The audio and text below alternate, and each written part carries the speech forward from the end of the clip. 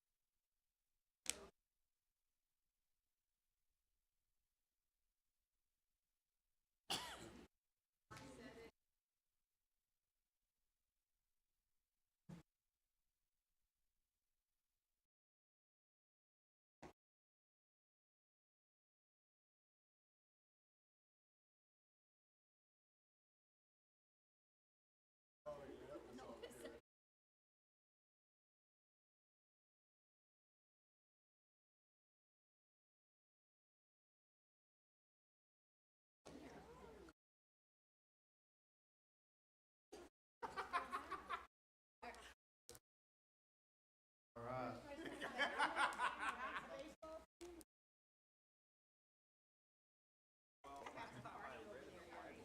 I know they're just rowdy. We have to get this side going with this side.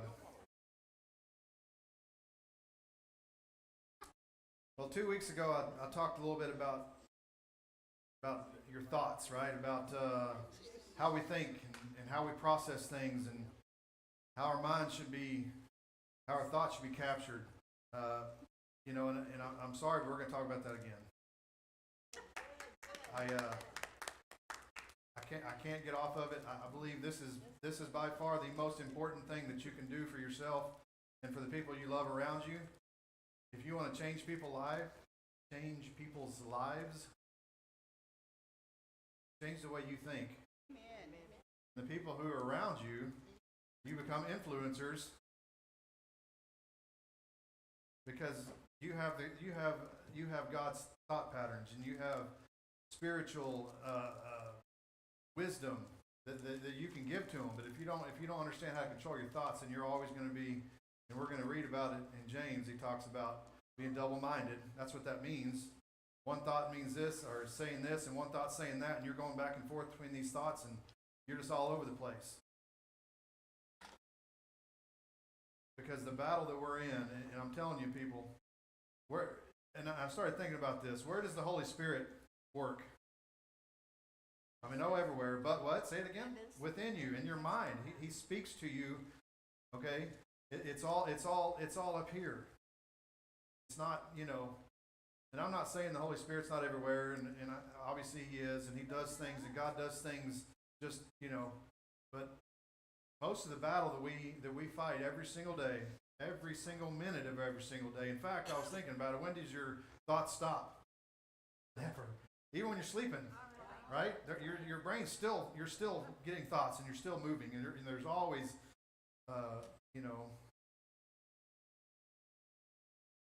But it's funny because we were actually talking about this yesterday. Jessica and I, and Rachel and Drew were over there, and I just want you guys to understand. This is a battle for me, big time. I hope everybody understands this.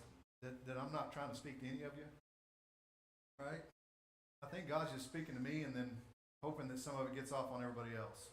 But I constantly fight to not say things that I think. Have you ever done that? I really fight sarcasm. Big time. I mean, just about every thought that comes to my mind, there's something sarcastic in it that I have to kind of pull out. And sometimes that slips through the cracks, doesn't it? But it's funny because yesterday we were talking about, and I said something to Jessica, and it wasn't mean, but it was probably, it probably wasn't the sweetest thing I ever said, and and she's like, well, you preached about controlling your thoughts, and I was like, but and she's right, but the more that I've been practicing this, the more I realize it. Now, does it still sometimes come out? Yes. But I'm realizing it quicker and quicker and quicker, and it's becoming more of a lifestyle. It's becoming more of a pattern. It's becoming more of a habit. Because not all habits are bad. Y'all understand that, right? Not all habits are bad. So, if we build this habit of observing a thought before we act on it, observing a thought before we speak it, analyze it, take a look at it. I mean, just when you talk about observing, you're talking about looking at it for more than just a split second. Sometimes you have to look at it for a little while and say, is that thought something that I want to hang on to? So I believe this, that if you will practice this, it will change your entire life. I know Miss Angie has grown so much in the past year or so, but I heard her in the back talking about something in my mind. I want to get it down in my heart. I was eavesdropping. So she said something like that, right? Well, there's only one way to get a true thought, a true belief down into your spirit, and that's to observe it, to look at it, to say it again, to say it again, to say it again. Even if I got to preach on this, and I know Pastor John's not afraid to preach on something over a long period of time. Sometimes, the most effective way of learning something is repetition. John, you're a basketball player, right? How many free throws you shoot in your lifetime? Because why did he do that? When he got in a game, he wants to make the free throw, right? If you never shoot free throws in practice, the chances are very slim when you get in a game and it counts and everybody's looking at you and your dad's up there yelling at you, make free throws, which I'm sure that happened, So when you get in that stressful situation, right? When you get in that high stress situation, you don't have to think about it. You don't have to figure out, how do I hold my hands? How do I spin the ball? Do I bounce it 3 times? All these patterns that we go through to learn how to do something effectively. If you wait until you're in a stressful situation, guess what? You're not going to perform very well. This is very, very important. We're going to start in 1 Corinthians 10, and I read this last time, and I'm going to go over kind of what I did a little bit quicker so I can get to the end, because I had to rush through the end last time. So hopefully I'll get to some stuff. We're reading this out of the Passion Translation. I just love the way what it says. Start in verse 5. It says, we can, big word, you can demolish every deceptive fantasy that opposes God and break through every arrogant attitude that is raised up in defiance of the true knowledge of God. That is a mouthful. Because I want you guys to understand something. Most of the time, your own thoughts, there's some arrogance involved with it. You have to fight that back. I'm not talking about you, I'm talking about me. Because when I start thinking something, I told this to somebody yesterday. I had a lot of good ones yesterday. But I was like, if everybody would just listen to me, their life would be better. Just listen to what I'm saying, and I'm telling you, you'll right? It does start with me, but what I'm saying is that there's arrogance involved that we have to get rid of. We have to put it away, because it's really, really easy, especially when you've done it 100 times. I know whenever I did play, probably a few years before Mr. John there, but when I used to be very arrogant when I played basketball.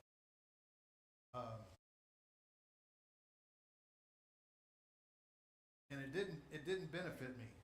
There's a difference between confidence and arrogance. Right? I mean, you can be confident in what you're doing, but you shouldn't be arrogant about it. So we can demolish every deceptive fantasy, right? Deceptive fantasy, that's another one we go into, and I'm not going to. That arrogant attitude, though, is something that we have to really do. Raised up in defiance. We don't like to think that we're defiant of what God's trying to say to us, but anybody ever kicked back, pushed back a little bit? God's telling you something, you're like, well, not sure if that's God or not, because that's not what I want. See how that works? A little bit of arrogance mixed in with a little bit of I don't want to. Defiance in the true knowledge of God. We capture, like prisoners of war, every thought and insist that it bow in obedience to the anointed one. There's the big word, the big O word. Obedience. I know I was thinking about, being a kid. How many of you, when you were a kid, just obeyed everything your parents said all the way straight through until you were an adult?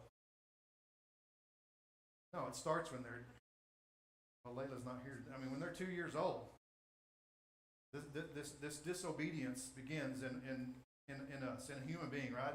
It's just part of our makeup. So we have to, that's what we're going to talk about renewed mind. We have to get rid of that stuff and allow God to renew our minds to start to get rid of that disobedience, that rebellion. Next verse. Since we are armed with such dynamic weaponry, we stand ready to punish any trace of rebellion. As soon as you choose, everybody read that again. Say choose. Choose complete obedience. You have to choose it. God's not going to force it on you. I mean, he's just not. He's a loving God. He's kind. He's not like, when you think of a, earthly father that, I force lots of stuff on my kids. This is what you are going to do, or I will beat you. I didn't beat you. Only once when she was 16, then no, I'm just kidding, more than once. Then she laughed at me. No, I'm just kidding. But as parents, a lot of times we'll force our beliefs onto our kids, right?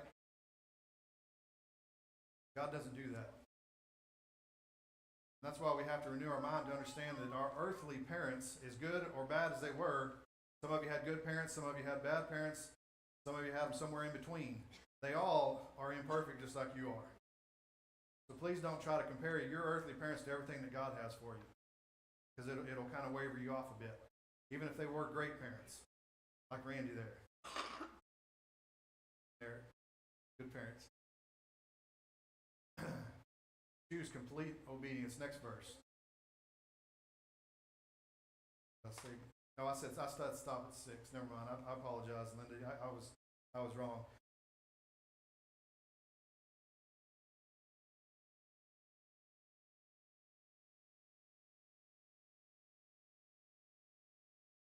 I'm trying to remember what verse it was in. Could you go back to 5? There it is. I wanted to pull this out of here because it's huge for me. Although we live in the natural realm, we don't wage military campaign employing human weapons. What are human weapons? Arguments, Facebook,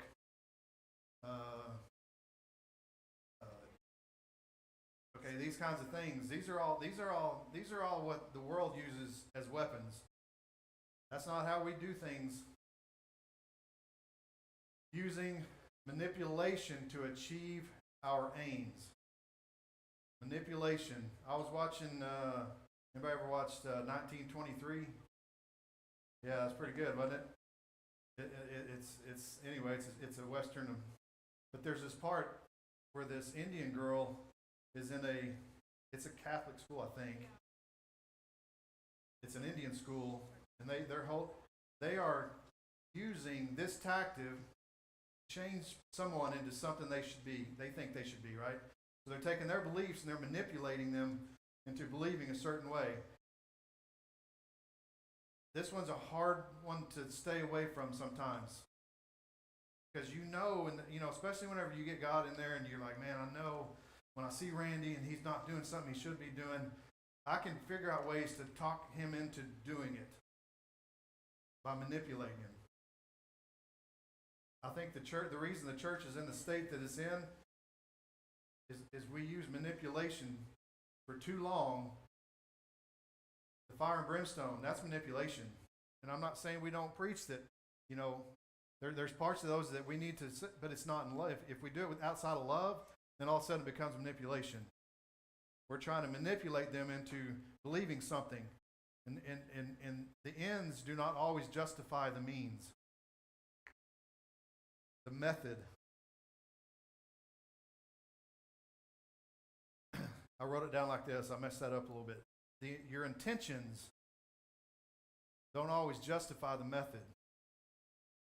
Because we always have good intentions, even we shouldn't manipulate.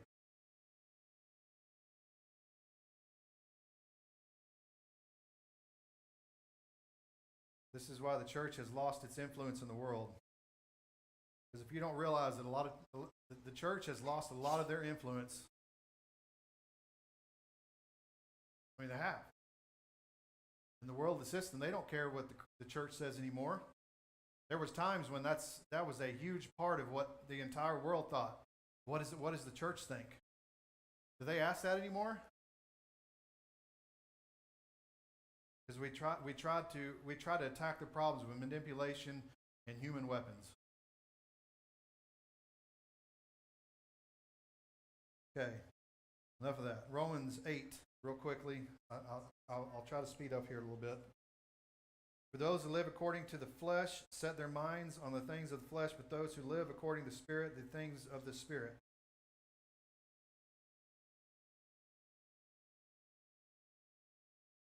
Verse 6. Be carnally minded is death. To be spiritually minded is life and peace. Who'd much rather have life and peace? We can't focus our minds and our thoughts on fleshly things, okay? Now, that doesn't mean you don't think about things you need. That doesn't mean you don't think about things of the world. But we're talking about setting our minds. Because the carnal mind is enmity against God. Enmity, it's a big word. That's enemies. That's you're completely against what God's doing. For it is not subject to the law of God, nor indeed can be. So then, those who are in the flesh cannot please God. Everybody in here wants to please God. That's why I put that one in there. If we don't understand this and we don't start renewing our mind and changing our thought process from the flesh into the spirit, then we can't please God. All right, Colossians 1, 21, 22. Oh, going back. You know, none of us. This is so hard because you have to be honest with yourself to really get this. Nobody in here sits there and goes, well, I think fleshly. No, you're not thinking that, right? It's called being deceived a little bit in your own mind, right? Your mind can anybody ever justified something in your mind? Oh, yeah. Yeah, you can make all kinds of things right. I need this new car because the old car, it's not running very good, and the air conditioner went out, and I'd have to put new tires on it. And so next thing you know, you bought a car that you can't afford. That's mine. I've done that one more than once in my life. So, see, she does it too, not just me. No, I'm just kidding. But we don't realize our thoughts are not in the spirit, right? We just, we just get into life, and when next thing you know, we're just down the road a little further. But then we realize the past 10 miles, I hadn't listened to anything he said. I hadn't even checked in.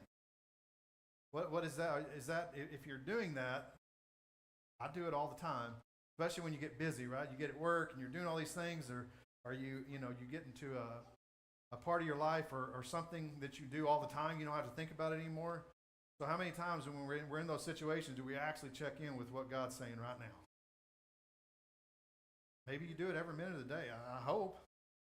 But for the rest of us, that's a constant battle that we have to. You can never let your guard down. You just can't. If you let your guard down in this area, I mean, it's going to be no time, and all of a sudden you just look up and you're like, oh crap, I've already screwed this up, I've screwed that up, I've screwed this up. Just like we were talking about the free throws. Now you're in a pressure situation, but you haven't been practicing it, and you want to make a free throw. We need to stay here all the time. Colossians 21 and 22, again, just real quickly. And you who were once alienated and enemies, where? In your mind by wicked works. Yet now, this is the big part. Yes, before they were talking about pre-salvation, right? If you haven't been saved, you don't know Jesus. Okay, you were an enemy in your own mind. Yet what? He has reconciled. We don't have to be there anymore, y'all. You don't have to be there anymore. Your mind is not your enemy anymore. It's not God's enemy anymore. And you, who once were alienated and enemies in your own mind by wicked works, yet now has reconciled. Next verse. in the body of his flesh through death to present you blameless and above reproach in his sight. Jesus redeemed us.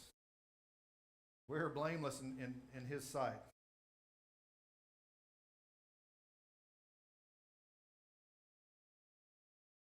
So the mind of Christ, we talk about renewing your mind, having the mind of Christ. Without the mind of Christ, we'll be dominated by the enemy, or we'll be selfish. If you don't practice this, then you're going to be. Anybody ever felt like you were just dominated by your thoughts? You can't control them; they're just all over the place, and it's always negative, and you can't seem to get out of that funk. Depression, all these things. That's the enemy dominating your mind. If you don't renew your mind daily on a super everyday, all the time basis, I'm not saying you're not ever going to get down, or you're not going to ever have hard thoughts, or obviously that's part of the game. But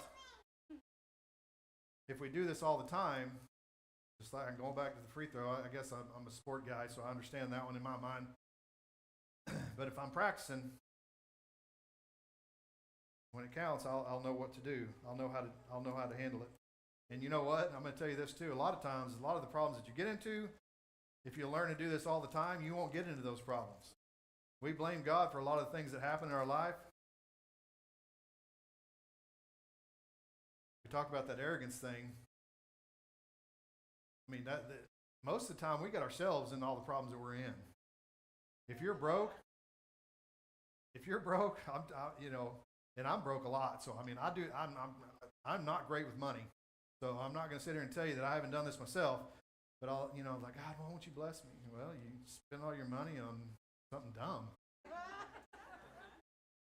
I mean, honestly, it's just, you got to be honest with yourself on this deal. If you're not, you're going to be in trouble. You got to be honest with yourselves.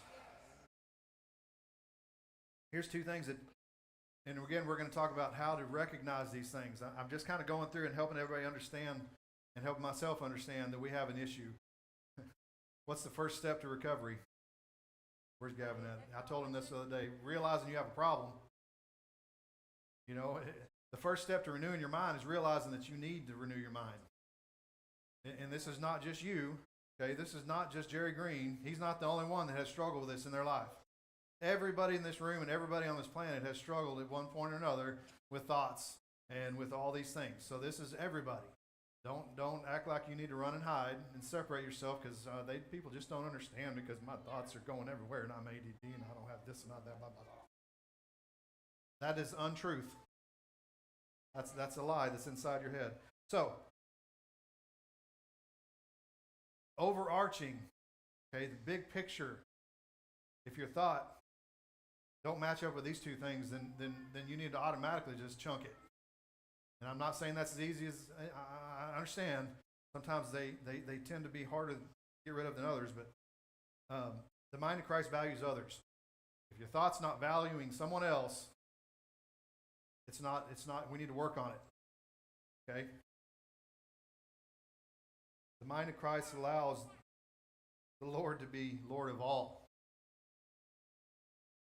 Okay, there's a big difference between allowing him to be your Savior and allowing him to be Lord. Okay, Lord means he has control. That's hard. But when our minds are not renewed and they're not aligned with the kingdom, you can usually boil it down to a few things. I mean, this is not all of them, but what's in it for me? We start looking at, this thought, or, God's asking for this, but I don't, the big I word starts coming in the middle of it. How do I get mine? And then our mind villainizes others. This is a big one right now. This is a big one for anybody. Our enemy is not with other people. Our battle is not with any other people. Does God value? First person that pops in your mind. Think of politician, boom, there's one, right? Without me bringing up any names. Do they value that person? Does God value that person less than you? No. He values us all the same. God values every single human being, not only that's on the earth now, that came before, and the ones that are coming next. He values us all the same. But in our minds, see, I look at somebody who doesn't, their beliefs don't align with mine, or they're doing something I don't like, and all of a sudden, what do? We start villainizing them, making them, we're like, well, so-and-so, and here we go. We're going down that path. So if any of your thoughts start villainizing other people, you need to really take a minute to look at it. There's a narrative that our mind tells us. Okay, we talked about that a little bit. That narrative in your mind is massive. You are the one coming up with that. Okay? We've got to learn to sift through that and see which one, because, hey, I'm not going to tell you that, well, if God's saying it, you'll know it. Yeah, you will. But there's also a filter there that we got to start realizing, okay, that is God, even if I don't like it. No, that's not God, because here's things God believed. This doesn't match up completely with 4 and 5 of the list of however many things that we filter through a thought, and we got to start. I guess filter is the best word I can think of. Sifting through those thoughts and that narrative, and make sure that it aligns with what God's saying.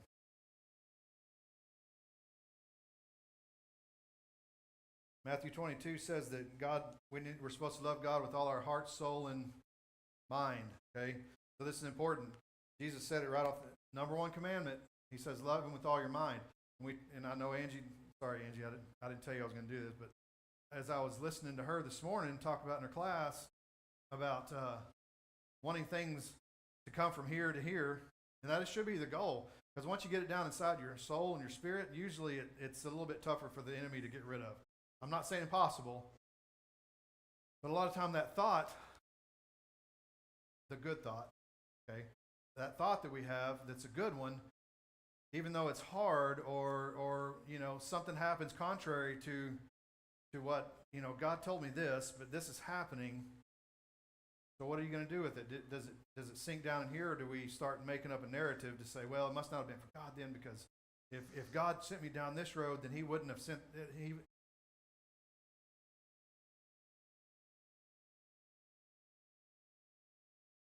Romans 12:2. Again, you've read this 1,000 times, but we're going to read it again. Do not be conformed to this world, but be transformed. Who in here doesn't want to be transformed? Transformed into what, by the way? I started thinking about that this morning. Transformed into what?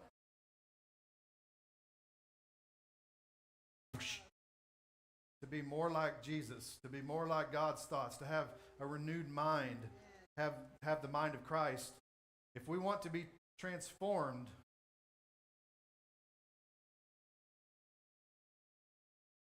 by the renewing of your mind. This is the second word.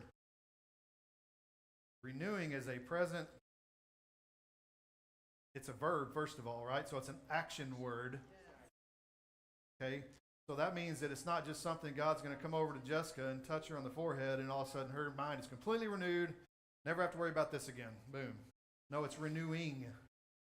Right? Renewing. You got to look at that and say, this is something that I have to continually fight for. It's a journey. It's something that we have to continually.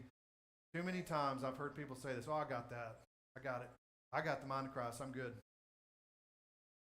Boy, it's an everyday. That's what I'm saying. That's exactly right, Angie. It's an everyday. In fact, I'll take it a step further. It's an every minute.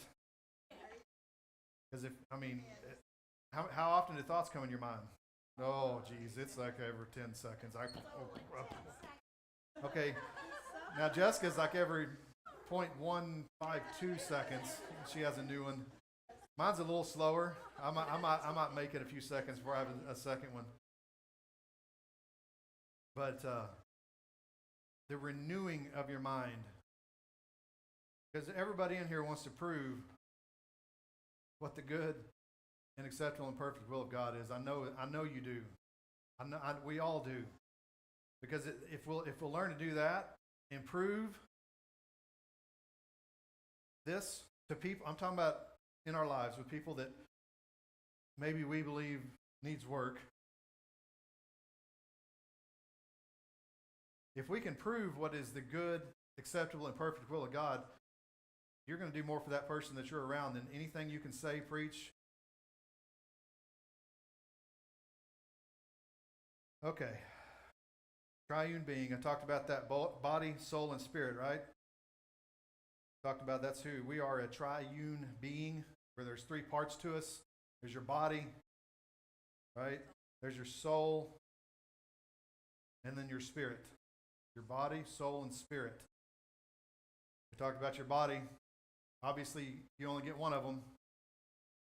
You can get new hips, but we only get one body, so we should take care of it. I believe that. I mean, I was telling some people this morning that pulled this shirt out and it shrunk. Jessica must have washed it in hot water. Put it on there.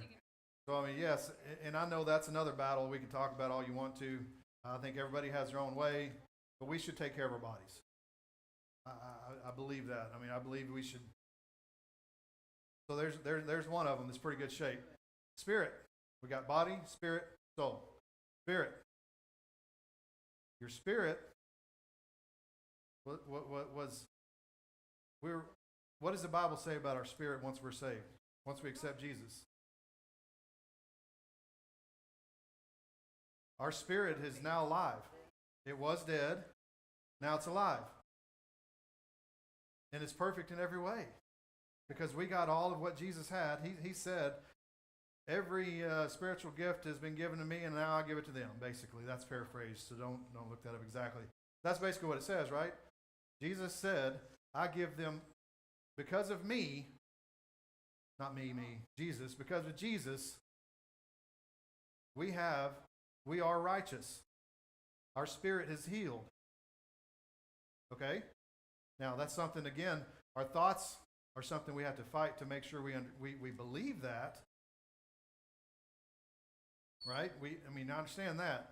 But in all reality, if you really look at it, and what the Bible teaches, and what Jesus said himself is, you accept me, your spirit is forever healed, saved, rejuvenated.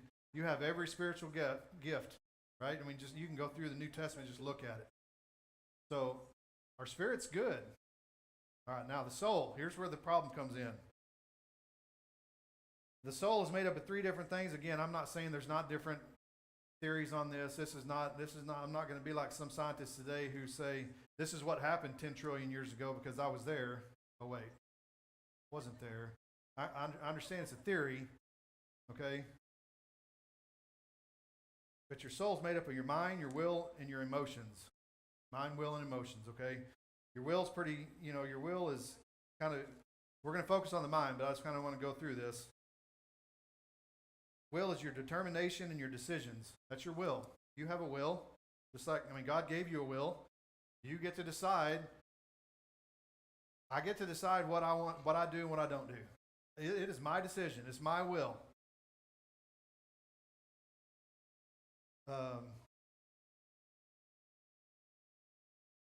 These get surrendered. They should be surrendered. I'm surrendering my will because of what you did for me. God is the Lord, right? We talk about Savior. So you can be saved and still keep your will. But to make him Lord, you got to surrender that will. Now, even Jesus questioned. I'm not saying you can't ever say anything. Jesus was in the garden and he's like, God, is there any other way here? I do not want to do this. Then he said, what was his next statement? But your will be done. In other words, I get a vote. I vote we don't do this. Does that count for anything? No? All right. Well, okay. Okay, God, I trust you. I love you. I believe you got my back. And okay, that's your will, right? We have a will, we get to decide, but our vote is only partially counted. He gets the final vote. Emotions, okay, this is where people are hurt. And you have to heal emotions. Your emotions need to be healed. And I think sometimes we rush people through this. We just push them down and say, oh, you're saved now. Your spirit's healed, so that means your emotions are healed. Now, that's not always the case. Emotions sometimes take time. They take time. We got to talk to each other. You got to actually get involved with somebody to heal their emotions. That's where it gets scary. You have to get involved with them. Because how many of you let your emotions come out the first time you meet somebody? Not very often, right? Those are a little more inside, hidden. So, for me and John, to heal each other's emotions, what do we have to do? We got to get to know each other. We got to spend time together. We got to start, building a relationship with each other. So that way, I trust John, he trusts me. Now we can start talking about some of these things. We can start healing some of these things. God will heal every dang one of them, without a question. But what I'm saying is, I believe the Spirit's healed in an instant, right? Because that's what he says. Bam, you have it. But emotions are something that we got to get healed up. Now your mind. That's what we're talking about today. Let's turn to James 1. And I'm reading this out of the Amplified. The battle's in the mind. This is a battle of thoughts.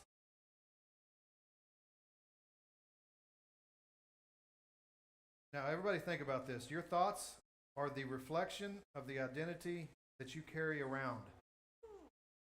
Your thoughts are a reflection of the identity that you carry around, okay? I want everybody to understand that. Yes, your thoughts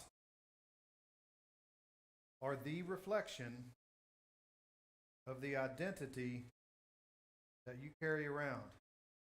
Pastor John's talked about identity for 15 years, I think. So why in the world are we still having trouble with this? Because we haven't taken captive all of our thoughts yet. We've got to get a hold of these things. But I got to hurry up. But we have limited beliefs. Miss Becky is big on this one. We have limited beliefs because of our thought process is not where it should be, right? It's not always aligned with where God's going. Okay, we have to sometimes take control of these, take captive these thoughts in order to have limitless beliefs. We put limits on what God can and can't do. Please don't hate me yet. But we do that. We put them in a box a little bit. If we don't understand it, or it's above what we feel like can be fixed. Pastor John said this before. He goes, what's $1 million to God? It's a bunch of paper, is what it is, right? But in our mind, $1 million is a big issue. If I owed somebody $1 million, that's a big problem. I didn't say that. I am in trouble. Big time in trouble, right? But to God, is that a big problem? No, it's not a big problem.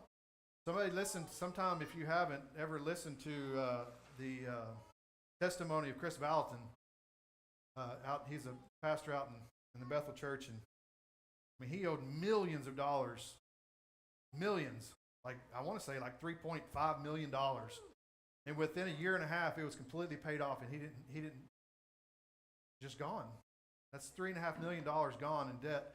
So he could do, because God called him to do something. But here's the problem. Oh, well, God, I owe $3.5 million. So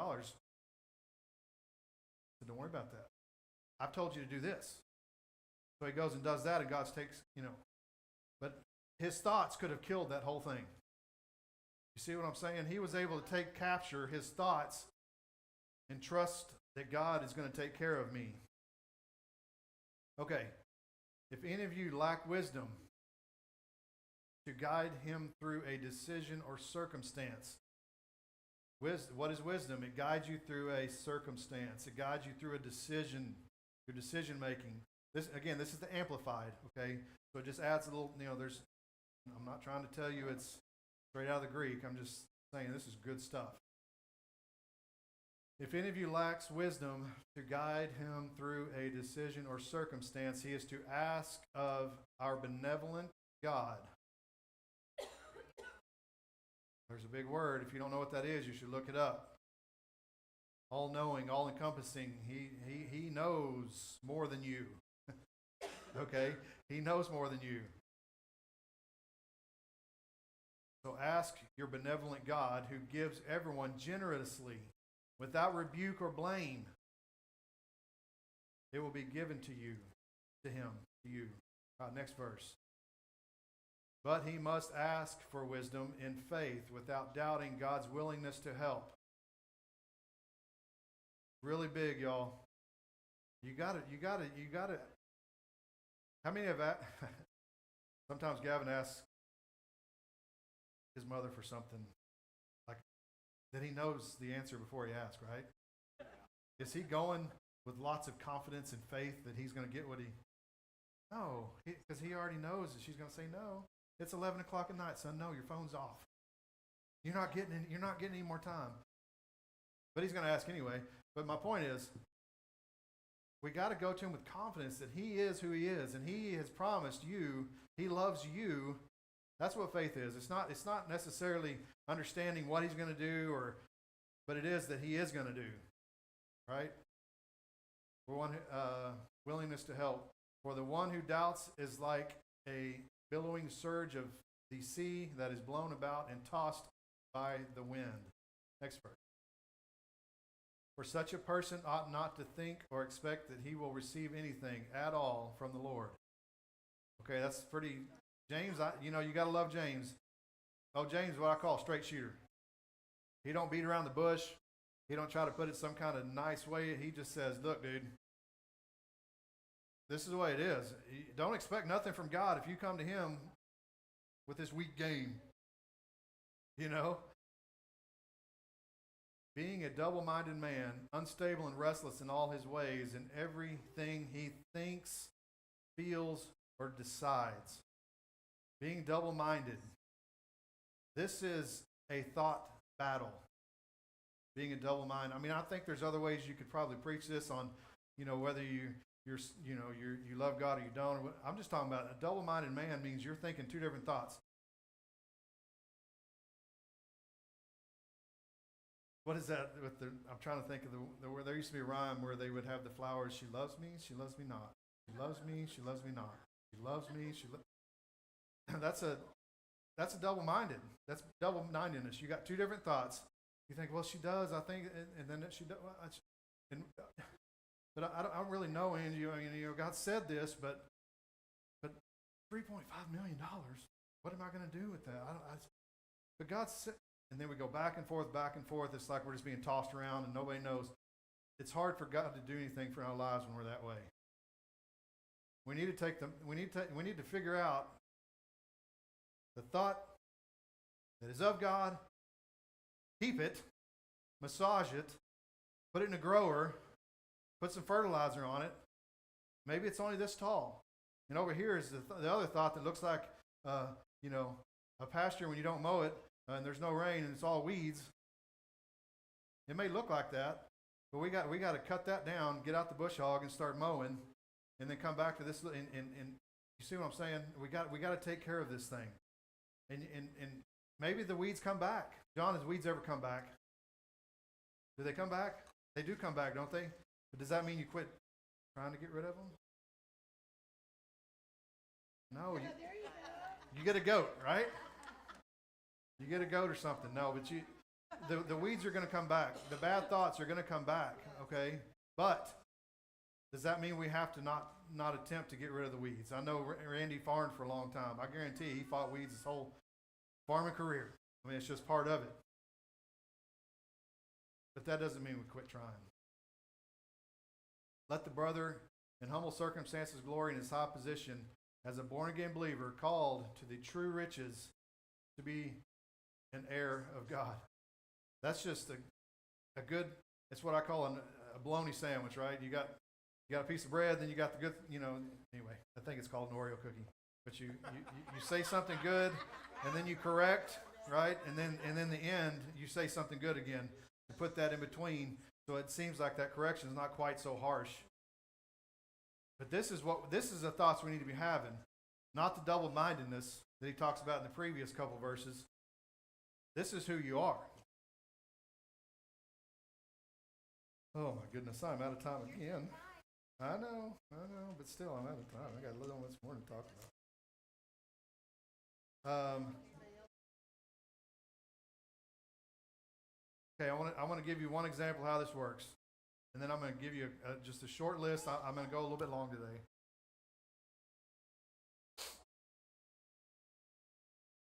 This happened to me this morning. You remember I was telling you that I've been practicing it, and so that means I can see it coming a little bit, right? That doesn't mean that it stops, but I can see it coming and I can start trying to deal with it. That process, right? A process is something that doesn't happen immediately. I'm sorry. We live in a time where if I want to know the answer, Waco. Oh. I don't even have to go to the library and pull out the long drawers and go find this book, and then I come over here and then I got to read the whole stupid thing. I mean, who wants to do that? So I know we live in a society, we live in things that are instant, but this is not instant, okay? So please just understand that going in. John did not get good at shooting free throws on 30 minutes of practice when he was in 7th grade. It took several years of shooting free throws before he figured it out. Okay. I woke up this morning. So you got facts, right? We talked about this, and then we start attaching thoughts to it, which starts on this chain of events that I want to talk about for just a second here. Because facts are neutral until you put a thought on it. Right? We put a thought on it, and that thought turns into a feeling. Okay? So now your thoughts, now they start messing with your emotions, and it turns into a feeling, and that feeling is going to turn into a choice. I got a choice to make. This is what I'm feeling. Here's a fact. I put a thought on it. Now it starts, my emotions start getting all involved and it gets all crazy, stupid, and now I got to make a choice. What am I going to do?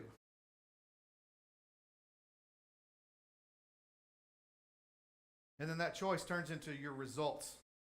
That's what it turns into. Okay, so I woke up this morning, cold outside. Right? Really cold. I don't like it. I don't like it. So my first thought was, and remember I told you earlier, Angie, I have problems with sarcasm. So my first thought this morning when I woke up was, well, at least it's cold outside. I mean, that's literally the first thing I remember thinking this morning was, at least it's cold outside. So then then my next thought, y'all don't judge me, okay? In Texas, I bet it's warm this morning. So, I've gone to a fact, which is cold outside. It is cold outside.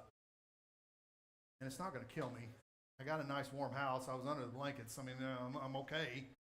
But I started attaching a thought to it. Well, at least it's cold outside, and I bet in Texas it's not warm. And then if you, now you got a choice.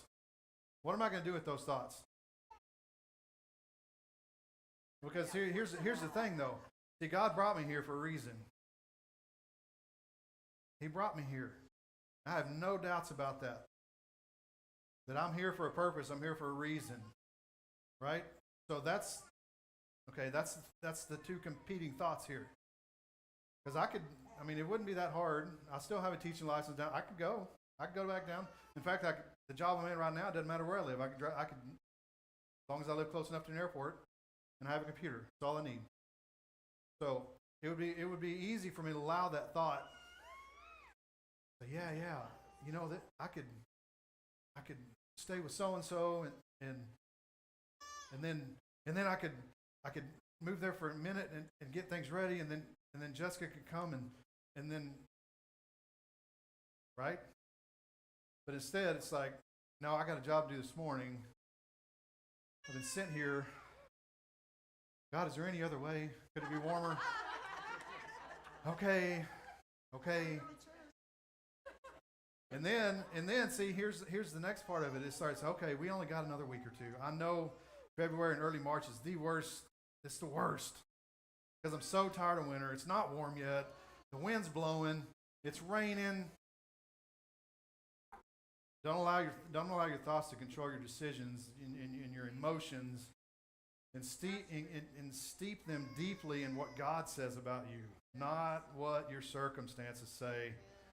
Okay, real quickly, I went through this last time, but these are kind of just think about the process I went through out there with that thought I had. These are like 6 or 7 just very short little things that I'm asking you to consider implementing in your thought life. Does that make sense? Number 1, observe a current thought that is not serving you. Observe the thought that's not serving you. Observe it. Look at it. I'm not saying you got to do anything. You just look at it and say, is this serving me or not? Is this serving me or not? Recognize that thinking is a choice. Just recognize that. Your thought process, your thought life is your choice. Okay, this is a big one here. Look for strong evidence to change the old thought. Okay, if you have evidence to back up your thoughts, because if I start looking at what God sent me here to do and what's happened over the past 15 years, that's been pretty strong evidence that God was involved here. There's no question about it. And we could go into that all, like crazy. But look for evidence, because once you get evidence, it starts becoming a belief. You have to put in the work. We have a thought that does not have God in it. We can ask for a new one. If you have a thought that does not have God in it, you can ask for a new one. Okay, you can ask for a new one. You begin to create new pathways for your thought life. The only way I can describe this is if you have a big pool of water and you take a hoe and you just kind of make a little valley. If there's water coming in, pretty soon what's going to happen if the water keeps running down that little trough you've made? It's going to get bigger. It's going to wash the dirt away. It's going to become all of a sudden your pond's empty. Like you can take your dam and just put a little bitty trickle, and eventually all that water is going to erode, and it's going to become this. The more we do this with your thought path, you just one little thing says, okay, I'm going to control my thoughts. I'm going to observe these thoughts. I'm going to make sure it's of God. And you just cut a little pathway. The more you do it, the bigger it's going to get and the easier it's going to become.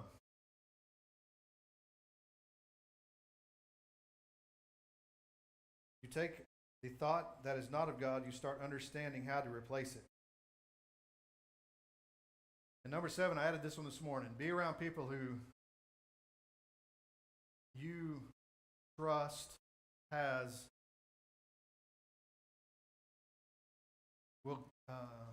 do I say this?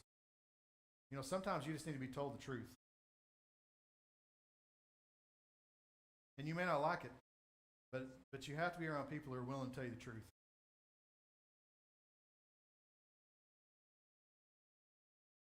So,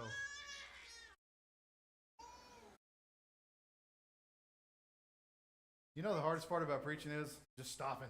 It's crazy. Yeah, but we got to stop sometime. It's a proven fact that only about 30 to 40 minutes can a human being absorb. After that, you're kind of just speaking into the wind. Yeah, but that's why we keep coming back every week. I mean, you get 30, 40 minutes. And, and I believe this too, and Pastor John and Becky have said this 1,000 times. What I just said is not going to change your life. You have to take it and put it into practice. And I'm not saying I said it all right, but if you don't attempt to take these things and start utilizing them and praying about them and going back over them, then it won't change your life. So, all right, everybody stand up. My apologies for 9 minutes late and 50 seconds. Oh, Lord God, we're just going to pray, and I'm just going to close it out. Lord God, I just love you today, Lord. I thank you for everybody that's in this room, Lord. I just pray right now for a renewing of our minds to just begin today. I know it's already begun, but today is just the next level. We take it up to the next level, Lord, that our thoughts become your thoughts.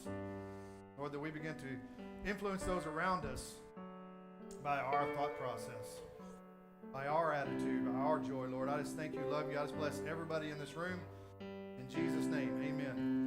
If you have any problems or issues you'd like to talk about or pray for you, Gavin will pray with you.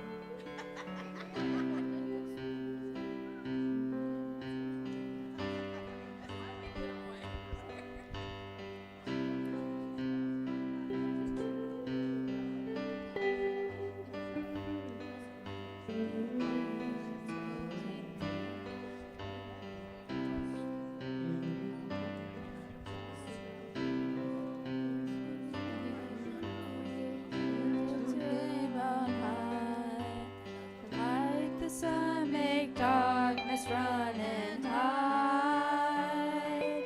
We know we were made for so much more than ordinary lives. It's time for us to more than just survive.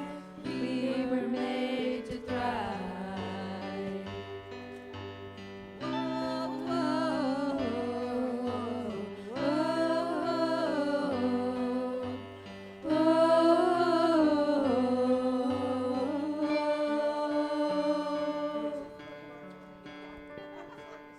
Into your word we're digging deep to know our Father's heart. And to the world we're reaching out to show them who you are. So living water flowing through, God, we thirst for more of you. Fill our hearts and flood our souls with one desire, just to know you and to make you know. We lift your name on high. Shine like the sun, make darkness run and hide. We know we were made for so much more than ordinary lives. It's time for us to more than just survive. We were made to thrive. Oh, oh, oh, oh,